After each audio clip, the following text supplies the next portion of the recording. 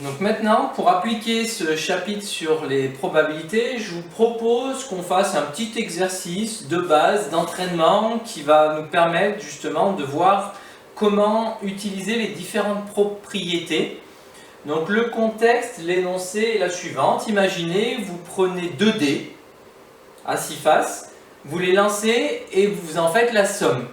Donc je répète, je prends 2 dés, je lance mes 2 dés, comme dans un certain nombre de jeux de société, je fais la somme de mes 2 dés. Le jeu de loi, peut-être par exemple, je ne sais pas, mais il faut lancer 2 dés. On fait la somme des 2 dés. Les issues possibles du coup, minimum 2, maximum, donc si vous avez fait 1 et 1, maximum 12. Cette situation, elle peut se représenter à l'aide du tableau à double entrée suivant. Ici en jaune par exemple, le premier dé, cette ligne-là, le deuxième dé, et chacune des cases correspond à un cas possible. Là, c'est le cas où j'ai fait 1 et 1. Ici, c'est le cas où j'ai le dé qui est là qui a fait 3 et l'autre qui a fait 2. Ici, j'ai fait 5 avec un dé, 5 avec l'autre dé, ça me fait un total de 10. Donc là, vous avez toutes les issues possibles. Combien il y en a? 6 avec un dé, plus 6 avec l'autre, il y a donc 36 issues possibles.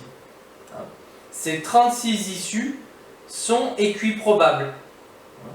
Vous avez autant de chances de faire ce résultat-là, que ce résultat-là, que ce résultat-là, que ce résultat-là. Donc on est en situation d'équiprobabilité. Par contre, du coup, tous les résultats ne sont pas équiprobables parce qu'ils n'ont pas tous le même nombre d'issues. Exemple, il n'y a qu'une seule façon de faire un 12. 6 et 6. Par contre, vous avez plusieurs façons, vous le voyez, de faire un 8. 6 et 2, 3 et 5, 4 et 4, 5 et 3, 2 et 6. Donc vous avez 5 façons de faire un 6, donc de faire un 8, pardon. Donc probabilité de faire un 8, ça serait de 5 sur 36. Probabilité de faire un 12, 1 sur 36. Donc tous les résultats ne sont pas équiprobables. Vous allez faire forcément un résultat compris entre 2 et 12, mais il n'y a pas la même probabilité de faire 2 que de faire 3, 4, 5, 6, etc. On n'est pas en situation d'équiprobabilité. Donc vous voyez que le tableau, vous êtes bien à modéliser ce qu'il se passe. Maintenant, une question classique qu'on pourrait vous poser, par exemple, quelle est la probabilité de faire un nombre pair? Probabilité de A, on va dire que A, c'est faire un nombre pair. La question à se poser, c'est combien il y a d'issues qui conduisent à avoir fait un nombre pair? Donc je vais les compter. Les nombres pairs, 1, 2, 3 ici, 4, 5, 6, 7, 8, 9, 10, 11, 12, 13, 14, 15, 16, 17, 18. Il y a donc 18 issues paires sur un total de 36. J'ai donc une chance sur 2 de faire un nombre pair quand je lance 2 dés et que j'en fais la somme. Maintenant, on va dire que B, c'est faire un nombre supérieur ou égal à 10. Quelle est la probabilité de faire un nombre supérieur ou égal à 10? Il faut que je les compte. 1, 2, 3, 4, 5, 6. J'ai 6 issues supérieures ou égales à 10 sur un total de 36. Ça fait donc un sixième. Maintenant, quelle est la probabilité de faire un nombre pair et supérieur ou égal à 10? Il faut calculer la probabilité de l'intersection. En fait, le plus simple souvent pour calculer l'intersection, c'est de compter les issues qui réalisent cette intersection. Donc quels sont les nombres qui sont à la fois pairs et plus grands que 10? Il y a les 10 déjà, supérieur ou égal à 10, ils sont pairs et supérieur ou égal à 10, et il y a le 12. Ça nous fait un total de 4 sur 36, c'est-à-dire un neuvième. Et maintenant, si je vous demande de façon classique, quelle est la probabilité de l'union, c'est-à-dire quelle est la probabilité de faire soit un nombre pair, soit un nombre supérieur ou égal à 10, ou alors les deux. À ce moment-là, je vais appliquer ma formule dite du CRI qui dit que c'est P de A plus P de B moins P de A inter, je l'écris plus petit pour que ça rentre, B. Donc ici, qu'est-ce que ça va donner? J'espère que vous voyez bien. P de A, 1 demi. 1 demi, donc là, je sais que je vais avoir du 1 demi, du 1 sixième, du 1 neuvième. Donc je vais tout mettre sur 36. Donc P de A, c'est 18 sur 36. Plus P de B, 6 sur 36. Moins P de inter B, 4 sur 36. 18 et 6, 24. 24 moins 4, 20. Probabilité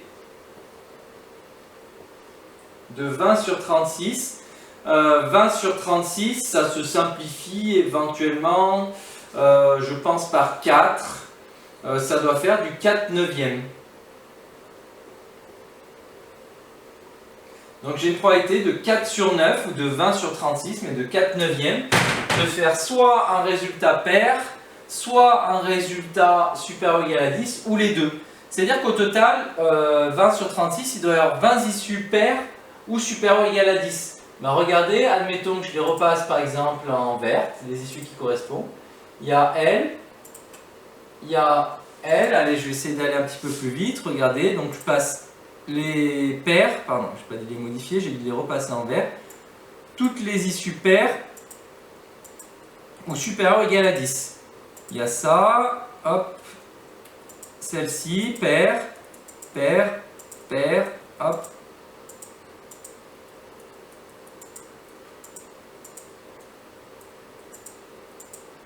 Voilà, là en vert, j'ai toutes les paires et toutes les issues supérieures ou égales à 10. Si je les compte, il doit y en avoir 20. Amusez-vous à compter le nombre de carreaux verts. 4, 8, 11, 14, 17, 20. Donc j'ai 20 chances sur 36 de réaliser un nombre pair ou supérieur ou égal à 10 quand je lance 2 dés à 6 faces et que j'en fais la somme. Donc voilà, cet exercice illustre un peu l'ensemble des propriétés du cours. Alors il m'en manquerait éventuellement une. Imaginez maintenant que je vous demande la probabilité de faire un nombre qui ne soit pas supérieur ou égal à 10. Donc il faudrait utiliser la formule du contraire. B, on a dit que c'était faire un nombre supérieur ou égal à 10. Si je voulais avoir la probabilité de faire un nombre inférieur strictement à 10, donc ça serait P de B bar. Le contraire d'avoir un nombre supérieur ou égal à 10, c'est un nombre inférieur strictement à 10 ou inférieur ou égal à 9. Donc pour ça, il faudrait faire 1 moins P de B. C'est-à-dire 1 moins 1 sixième, c'est-à-dire 5 sixièmes. Voilà, j'ai rajouté cette question parce qu'effectivement, il me manquait l'utilisation de cette propriété. Le contraire d'un événement, c'est 1 moins la probabilité, enfin la probabilité du contraire d'un événement, c'est 1 moins la probabilité de cet événement. Voilà, avec ce petit exemple, alors vraiment basique, ultra simple, on a utilisé les principales formules de ce chapitre. Donc à vous de voir si vous avez déjà bien compris ça, c'est une bonne base pour aller plus loin sur les probabilités.